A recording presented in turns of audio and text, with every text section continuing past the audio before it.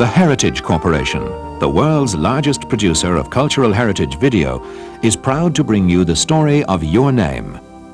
It's a story that has been prepared by a team of dedicated professionals, experts in genealogy, heraldry, and history. It's the proud story of your unique Irish heritage. At the end of this video, we'll give you helpful information about touring Ireland. We'll give you a list of our extensive range of name videos, not only Irish, but Scottish and Welsh too. And we'll show you some other attractive gifts that are specific to Irish family names. But for now, sit back and relax as the Heritage Corporation takes you on a very special journey into your past.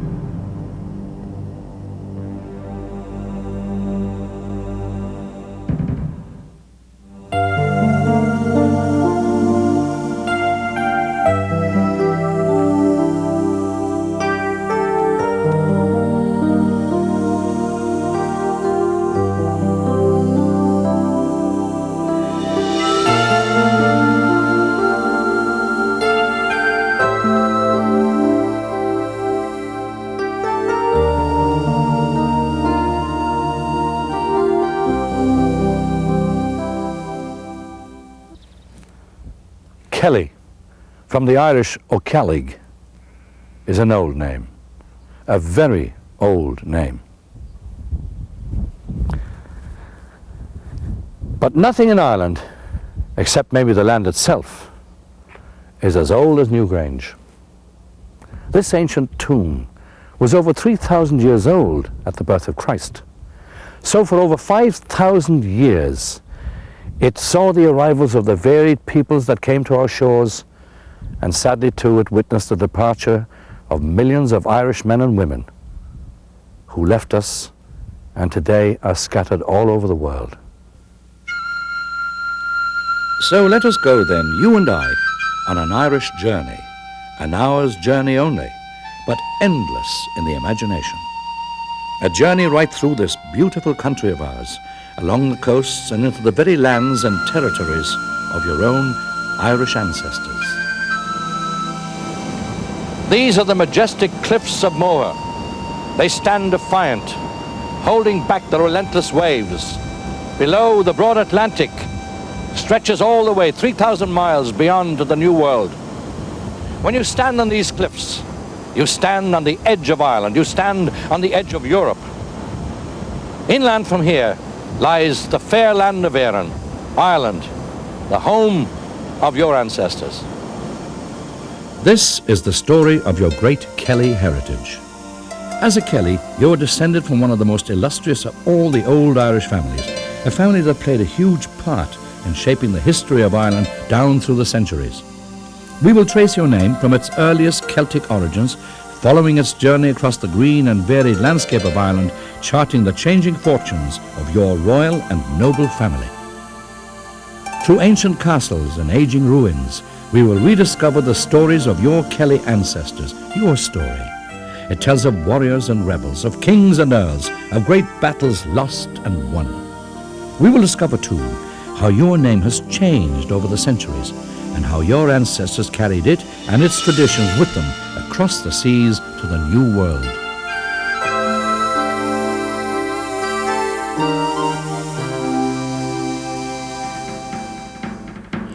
Irish surnames, which began 1,000 years ago, developed in a number of ways.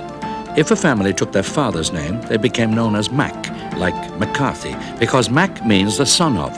But if they were called after a more remote ancestor, they used the O, which means descended from, as in, say, O'Brien.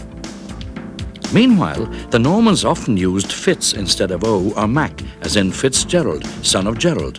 Or you could be called after the job you did, as in Smith, or the place you came from, as in Welsh, from Wales.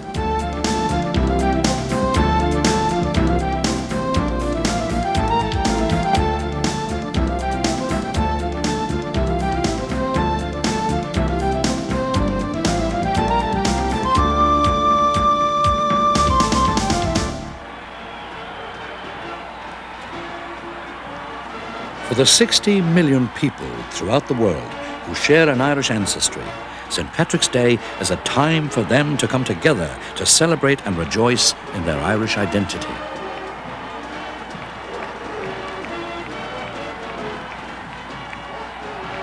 Although your own family may have left these shores and settled in new lands, it is still possible to trace your ancestors back to their original homelands.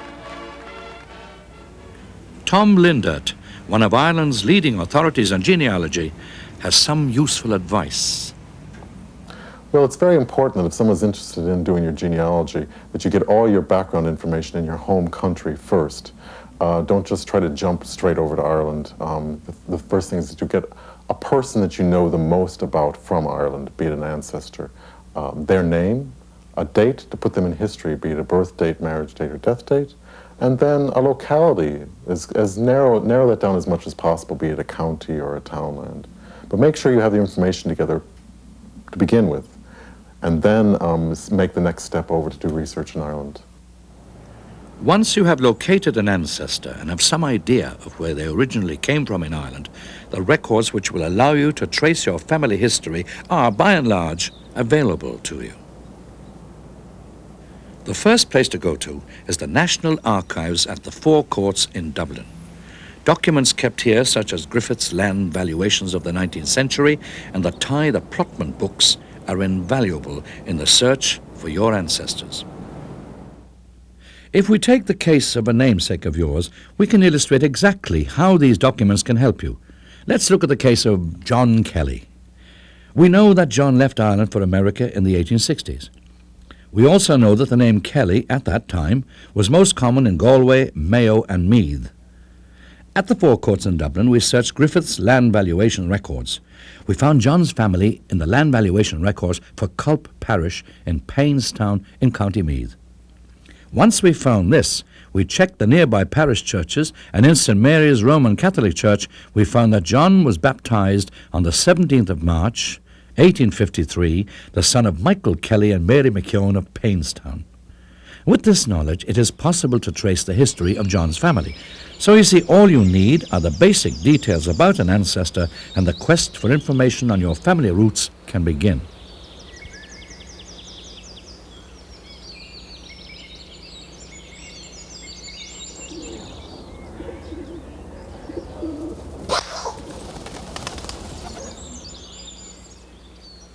The search for your ancestors is becoming easier all the time, thanks to a recent initiative called the Irish Genealogical Project.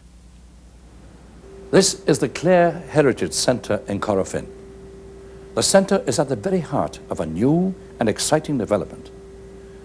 The official surviving records relating to family history and genealogy are being collected throughout the county.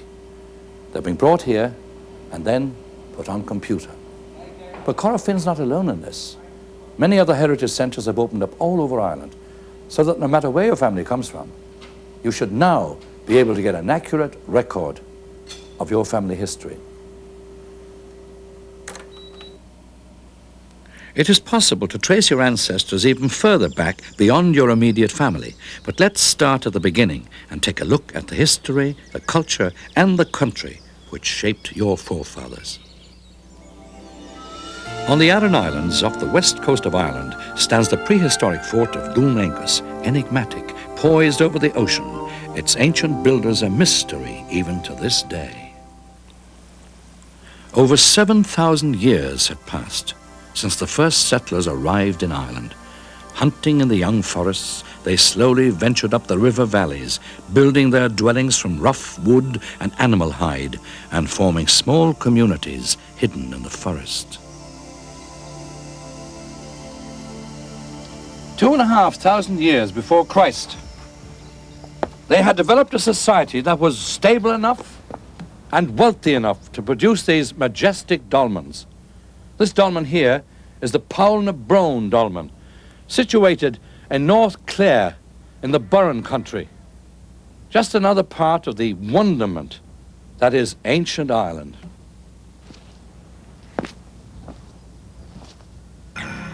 They built mysterious circles of standing stones. These people we call the Firbolg, or the Fomorians, and the Tuatha De Danann, the legendary children of Dana, goddess of magic. Perhaps these early peoples were among your forebears, people who would have known the names of those who lie under the great dolmens. But older than Paul na Brone, older even than the pyramids, is the passage grave at Newgrange in County Meath. Built over 5,000 years ago and designed so that on the winter solstice each year, at the moment of sunrise, a shaft of sunlight penetrates to the very heart of the mound, illuminating the intricate spirals carved in stone. Newgrange was where they paid tribute to their now forgotten gods.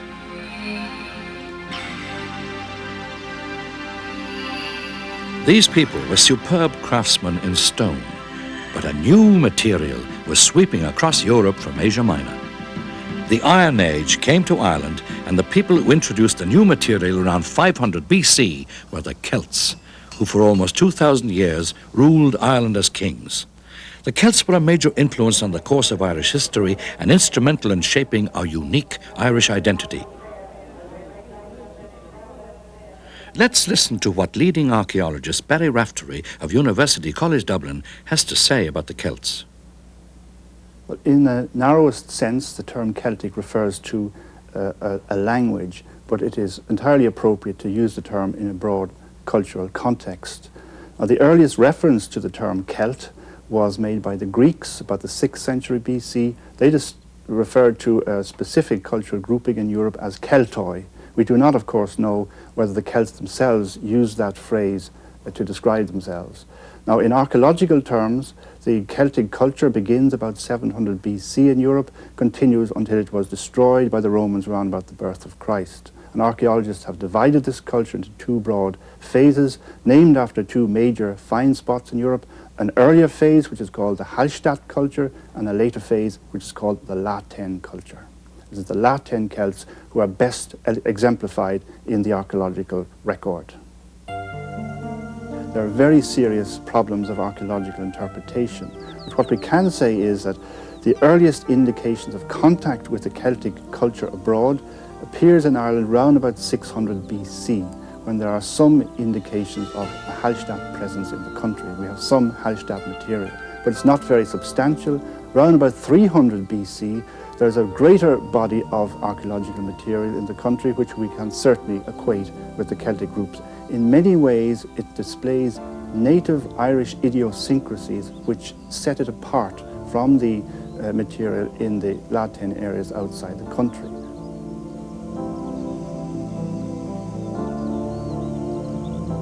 We have a vast body of Celtic literature surviving in the country. We have the epic cycle, the Ulster cycle, we have the Fíneachta, we have a whole range of mythology, we have a superb collection of early Irish nature poetry and other poetry, but probably the principal legacy of the Celts, the most enduring, is our Celtic personality. We certainly have a distinctive personality, a warmth, a friendliness. The classical commentators describe the belligerent character of the Celts. Perhaps we have inherited that too, to a certain extent. But we certainly have a distinctive Celtic personality which sets us apart from all other European cultures.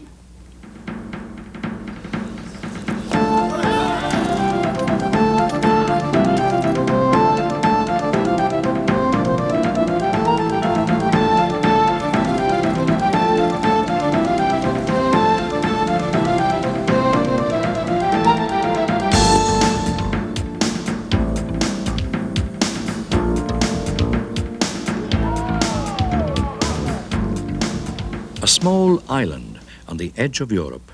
The island of your ancestors was divided up between a number of major Celtic clans.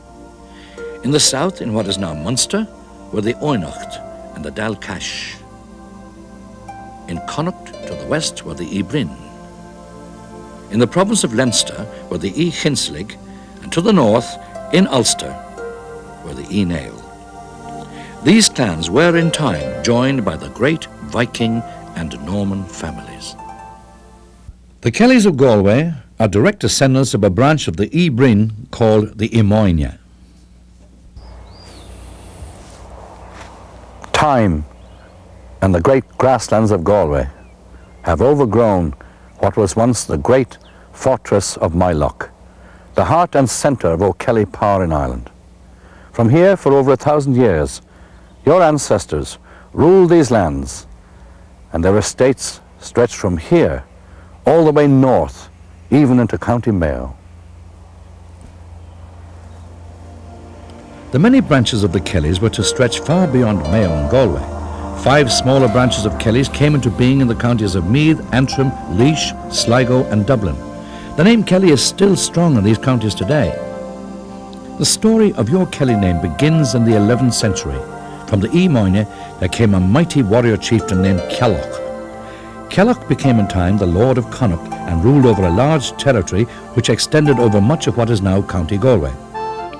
His name, Kellogh, is derived from the Old Irish word for strife or contention.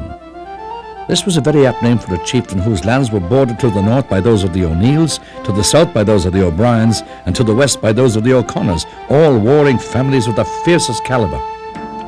When Kellogh died, his grandson Taig Moore took his name in his honour, becoming Taig Moore O'Calig, meaning Taig, the descendant of Kellogh. In doing so, he became the first Irishman to bear the Kelley surname, because it is from this Old Irish surname O'Calig that your name of Kelley or O'Kelly is derived. We have already seen that Kellogh is derived from the old word for strife. So what your Kelley name means is descendant of the one who knew strife. The Kelley name has, of course, spread to all corners of Ireland down through the centuries, and today you'll find Kelleys in every county in Ireland. But like most Irish families with strong roots associated with a particular place, the Kelleys are still to be found in greatest numbers in the homelands of their ancestors, the wild and rugged windswept and sea-torn county of Galway, home to the Kelleys for nearly 1,000 years.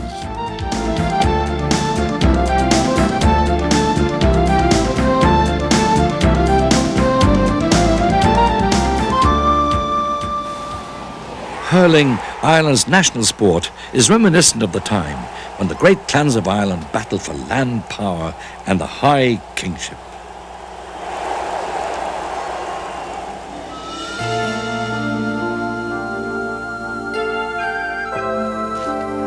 It was the strength of Christianity that forged the first real bonds of unity in Ireland, for the Irish took very well to Christianity, so well indeed that in a very short time her monks had established some of the most important ecclesiastical centres in the Christian world. Here in Glendalough in County Wicklow, I always think the sense of Ireland's Christian past is particularly strong. There had been small settlements of monks scattered along the Irish coast for some time, but it took St. Patrick to bring together the old religion of the Celts and the new Christianity. This new Irish Christianity turned out to be a powerful crusading force. With the collapse of the Roman Empire, Europe was once more plunged into the Dark Ages. And strangely enough, that's what gave us, I think, our first emigrants, the young Irish monks who left their Irish monasteries and brought the flame of Christianity back into that pagan continent. At home in Ireland, the monks built the unique round towers, originally as bell towers, and then later used them for keeping safe their priceless chalices and manuscripts. In their workrooms, the monks channeled their passionate Celtic sensitivity into glowing colour and intricate artwork. And certainly, the greatest and most beautiful of the manuscripts is the Book of Kells, now in the library of Trinity College, Dublin.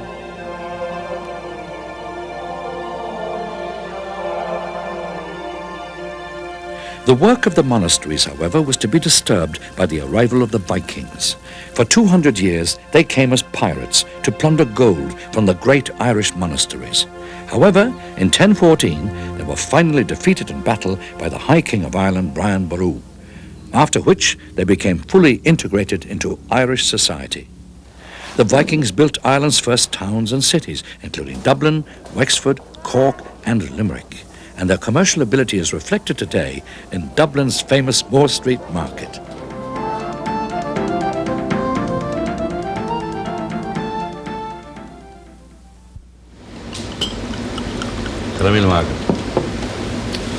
The Vikings left an indelible impression on the Irish, and with their demise as a great power, coupled with the death of Brian Boru, meant in fact that the High Kingship of Ireland was up for grabs.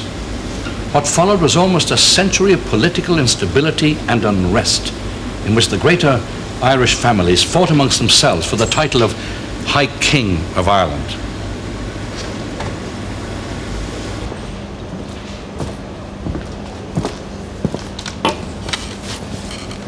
It was an eventful century in the history of the Kelley clan. They were one of the most powerful and warlike clans in Ireland and could lay serious claim to the High Kingship. This, of course, antagonised the O'Connors and the O'Briens to the extent that the O'Kelleys were hard put looking after their own territories. But 100 years of shifting allegiances and bitter infighting left not only your ancestors, but the country as a whole unprepared for the next wave of newcomers to disembark on Irish soil. The Normans, led by the great warrior Strongbow, arrived in 1169. Heavily protected by their coats of mail, they moved like modern tanks through the Irish countryside.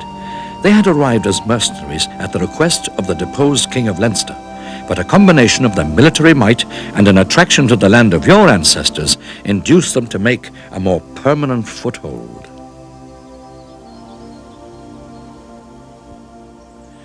The O'Kelleys of Connacht were woefully unprepared for the vicious onslaught of the Normans.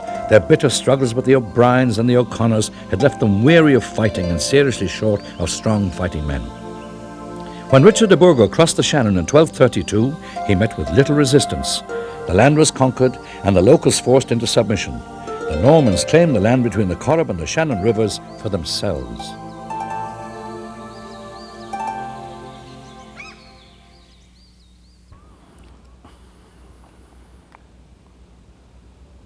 The O'Kelleys were the last of the Irish clans to encounter the Normans.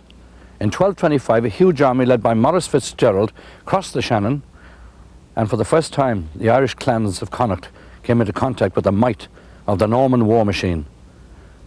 They were badly defeated.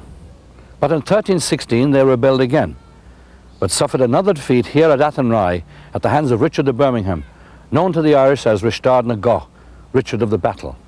The clans were scattered, and the countryside was soon dotted with the stone castles of the Norman invaders.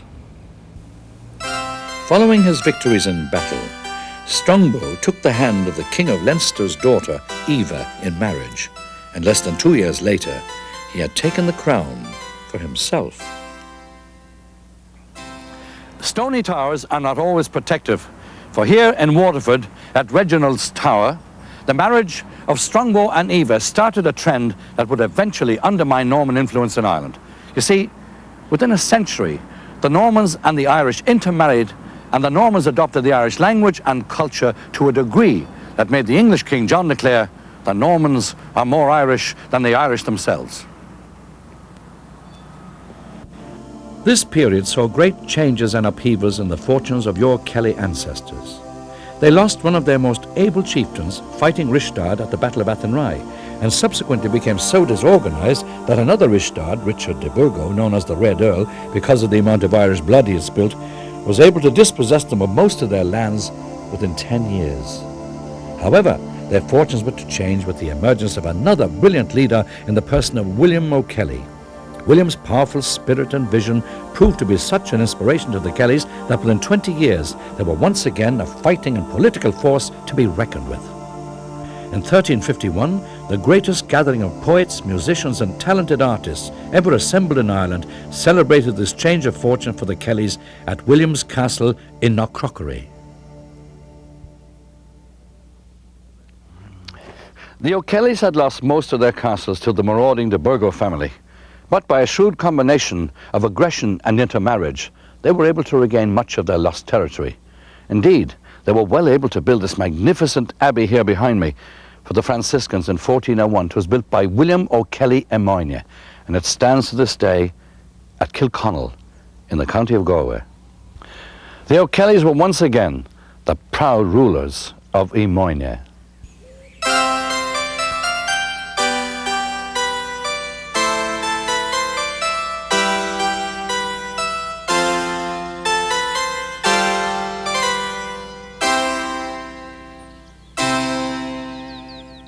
Here at Bunratty Castle, the vibrant atmosphere of that period can be experienced in a banquet that is faithfully recreated using historical records from the time.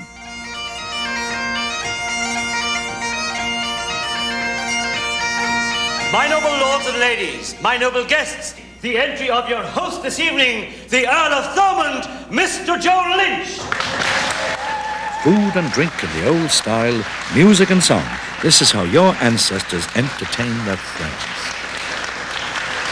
This castle now awakes, its ancient glories stir. The clink of mail and laughter fills its halls, and we inherit all its chivalry. Bunratty bids you welcome. A toast to all you hear. Sláinte is sail.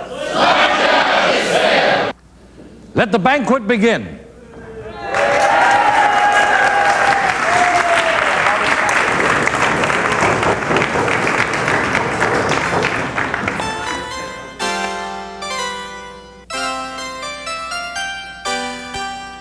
The Kelleys and the Normans had much to learn about each other. In 1306, one William O'Kelly and a man named Gilmory went to court. William was seeking compensation for 2 acres of wheat he claimed Gilmory stole from him. The court discovered the wheat did not belong to William, but to a lady friend of his who had died. Gilmory had taken the wheat as compensation for her unpaid rents. The Norman court gave William a severe reprimand for trying to pull the wool over their eyes.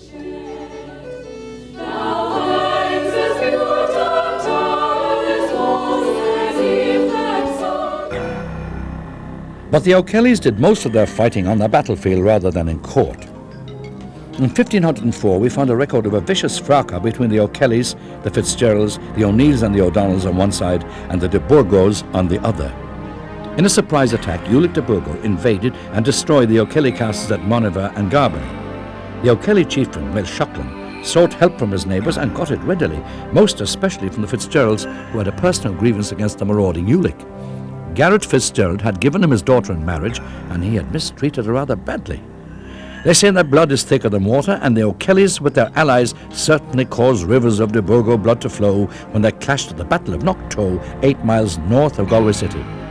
The Kellys became such a thorn in the side of the English that in 1518 they were included in a list of dangerous families outlawed from Galway City.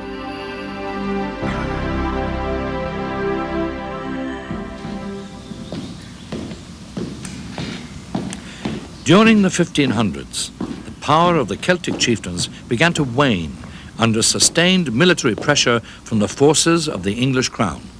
This, in turn, led to a series of rebellions. The last great Celtic revolt ended here at Kinsale in 1601. It had been led by the mighty Hugh O'Neill of Tyrone. In the year 1609, O'Neill and many of the other Irish chieftains left our shores. This was called the Flight of the Earls.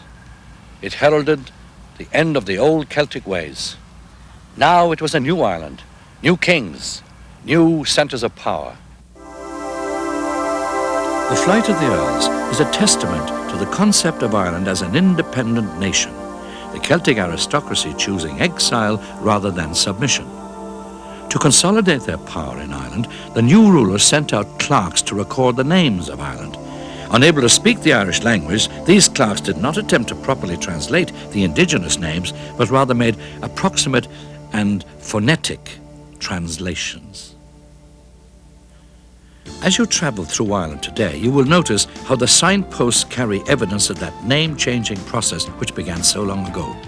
For example, Báile an Mhuircheig, meaning the town of the Murphys, became Ballymurphy. Ashlarn I Chunnell simply became Castle Connell.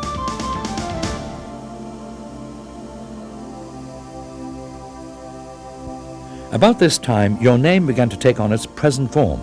The name of O'Kellig was translated in a number of ways completely at the discretion of the particular clerk involved. It appears in the records as O'Kellag, O'Kelly, and finally Kelley. And in many cases, the spelling was the best approximation the English clerks could make to the sound of this ancient and royal Irish name.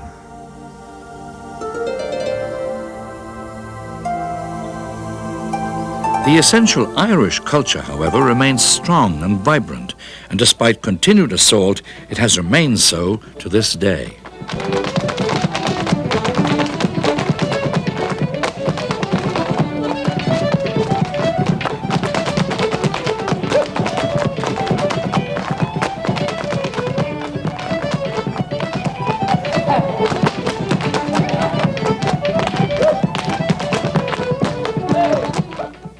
The Irish have always been proud of their heritage and culture, and nowhere is this more evident than in the art of heraldry. And here to tell you more about that is the former Chief Herald of Ireland, Gerard Slevin. Heraldry had its origin in the fact that the knight in medieval times, going into warfare, was completely encased in armour, including his head.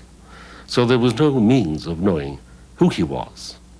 So it became the practice to paint on his shield certain emblems or signs or symbols as a means of identification. Heraldry has always had an extraordinary fascination for people, whatever it is about the shield shape and its contents. And in due course, this personal practice spread to cities, universities, institutions, and is still very active. The primary purpose, as I have suggested, was identification. And I suppose that is still the essential purpose of heraldry, is personal or institutional identification. Your coat of arms is a window to your heritage. Each part is full of stories and mysteries. The shield displays the arms of the family, and in this case a triple-tiered tower supported by two lions in the rampant position. The tower is both a symbol of grandeur and a biblical reference. The two lions are ancient symbols of deathless courage. The crest, which is placed on top of the shield, shows a mythical animal creature known as an Enfield. The Enfield is special to the Kelley family, and tradition says it dates back to the time of Taigh Mór O'Kellig, who died at the Battle of Clontarf in 1014. The story goes that when Taigh fell in the battle, an Enfield rose from the sea to protect his body until it was carried from the field by his kinsman. The motto reflects so much of the history and the spirit of the Kelleys. Turis fortis mihi Deus, meaning God is a tower of strength to me. Many Irish people certainly are entitled to use arms, yes. The registers of the office of arms, the Genealogical office, as it is now, the office of the Chief Herald, has registers going back many centuries. The 17th century saw England convulsed by two civil wars in which Ireland inevitably became involved. The Second War was actually fought entirely on Irish soil between 1688 and 1691 and led to disastrous consequences for the Irish.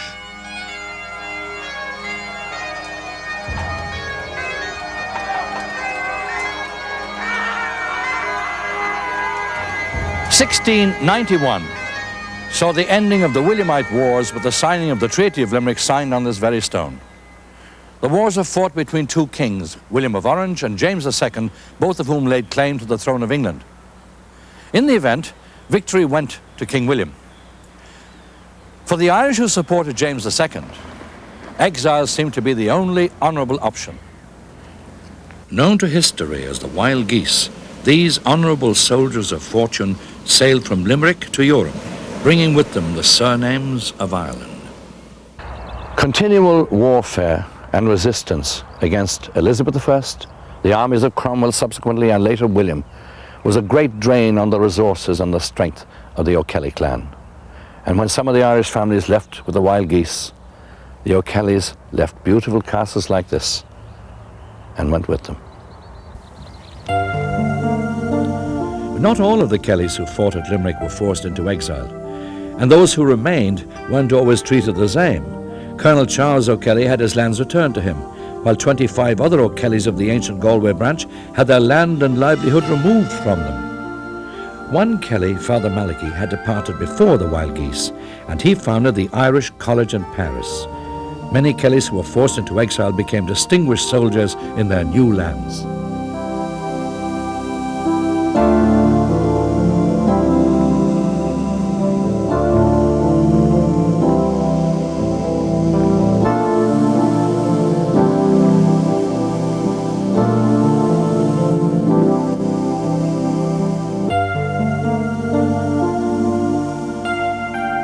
From the days of the early Christian missionaries to the present day, emigration has been an integral part of the history of the Irish people. From this small nation, millions of Irish people have traveled the world over to Europe, Asia, the Americas, Africa, and Australasia. Although many left in search of adventure or to find their fortunes, many others didn't have the choice. In the aftermath of the Wild Geese, which had seen the best and brightest of their day depart, Ireland was to undergo many changes, the most dramatic of which was the massive transfer of land ownership. As the land changed, so too did the politics. In 1801, the Irish Parliament in Dublin was dissolved, and as the last vestiges of power dwindled, so too did the wealth of the country, and the land sank into poverty. In 1845, a blight arrived. The potato, the staple diet of the Irish people, was totally destroyed. So began the Great Irish Famine, and so too began the greatest migration of the Irish people. Plentiful supplies of foodstuffs were exported to Britain, while the Irish people were faced with emigration in order to survive. A letter written in 1847 captures the sense of devastation. It is early morning as I write this last note before departing. We now join a huge army forced to leave their native land. The heavy morning mist is a fitting curtain for the final scene, the climax of all our strivings against impossible odds. I cannot help but glance back through the pages of our history to the years when Ireland was a beacon of learning and faith whose light spread to all parts of Europe. God grant that those days of glory may someday return. Irish people emigrated in their hundreds of thousands. They set sail from Cove, Liverpool and Belfast. Cramped together on overcrowded ships, rife with hunger and disease, they arrived in Montreal, New York and Boston. In Australia, famine refugees followed those who had been transported there as convicts. Many of these convicts had been expelled from their home country on charges such as stealing bread, others for belonging to revolutionary organizations. Despite their impoverished beginnings, the contribution made by those emigrants to their new countries was enormous. In the building of the modern world, from the late 17th century right up to the present day, the Irish have played a vital part in whatever society or culture they have settled in. Today, people of Irish descent number in excess of 70 million worldwide. In the annals of Irish history, the name of Kelley holds a distinguished place. Denis O'Kelly, who lived between 1720 and 1787, emigrated to London as a boy and went on to become part owner of the Derby winner Eclipse. The list of distinguished Kelleys is constantly growing.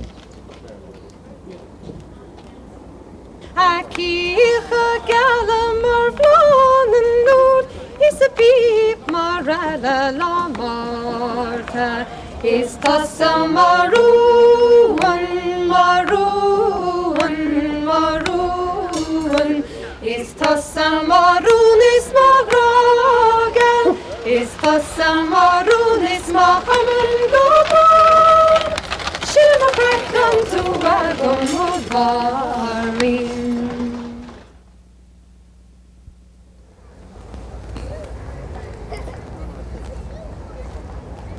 Many years have passed and much has happened since the first Emoynia took the name O'Kelley. Now, as an O'Kelley, when you come to Ireland, you will visit many counties, of course, but most of all, you must come here to the city of Galway, because this is the very gateway to the O'Kelley kingdom, the gateway to your heritage. From the earliest days of Irish history, the great people of the name Kelley have played a significant part in the turbulent story of Ireland. Those Kelleys who chose emigration brought their traditions of strength and resilience to their new homes. Across the world, the name Kelley is still borne with pride.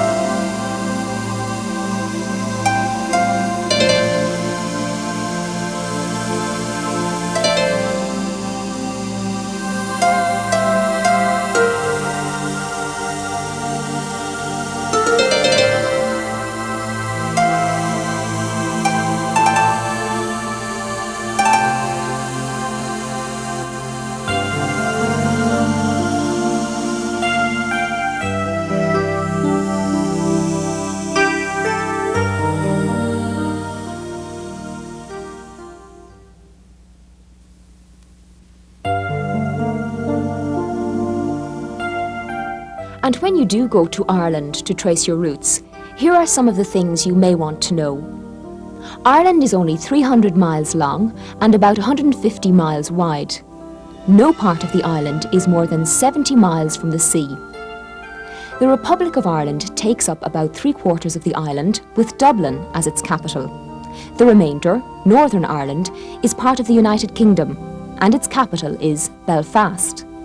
The other main cities and towns are Cork, Limerick, Galway, Waterford, Sligo and Athlone, and in Northern Ireland, Derry or Londonderry, Enniskillen, Newry and Portadown.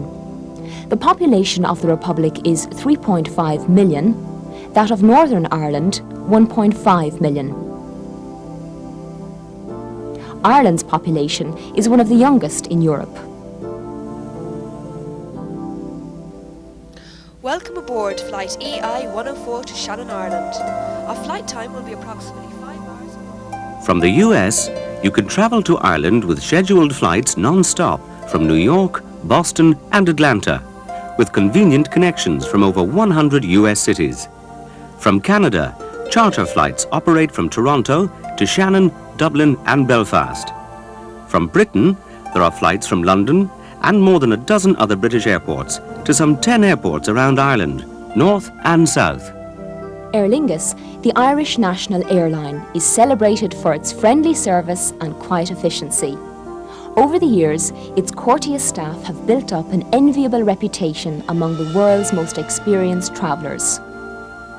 Aer Lingus not only takes you to Ireland, but will help you plan the perfect vacation and arrange it for you. An Aer Lingus Discover Ireland vacation features everything from the deluxe hotels to cosy bed and breakfasts and a choice of fine rental cars from Avis. After all, no one knows Ireland like Aer Lingus. For a free copy of Aer Lingus Discover Ireland Vacations, see your travel agent or call Aer Lingus at 1-800-223-6537.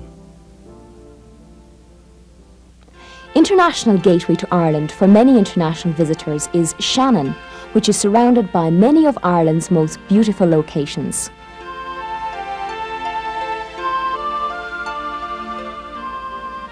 Every kind of information you might want is available when you arrive at Shannon. Whatever you need to know, you just have to ask. Travelling within Ireland is easy with a wide choice of services, north and south. Major international and Irish car rental companies have locations at all major air and seaports and downtown city locations. For best rates, it's advisable to book before you travel. Call Avis at 1-800-331-1084 or your local travel agent. With a hire car, you are completely free to choose your own routes, free to discover the hidden beauties of Ireland. And don't forget, in both the Republic of Ireland and in Northern Ireland, we drive on the left. CIE, Ireland's National Transport Authority, runs a network that will take you to every town, village and beauty spot in Ireland. Bus Éireann, Irish Bus, operates the expressway service between the major cities, with modern, comfortable, high-speed buses. Services are frequent, journey times are short, and fares are remarkably cheap. And you can get great value with our special discount Rambler tickets. Or if you prefer to be fully escorted, take an inclusive motor coach tour with CIE Tours International and have the best of hotels, dining places and entertainment. Call today for this full colour guide. 1-800-CIE Tour. Throughout Ireland,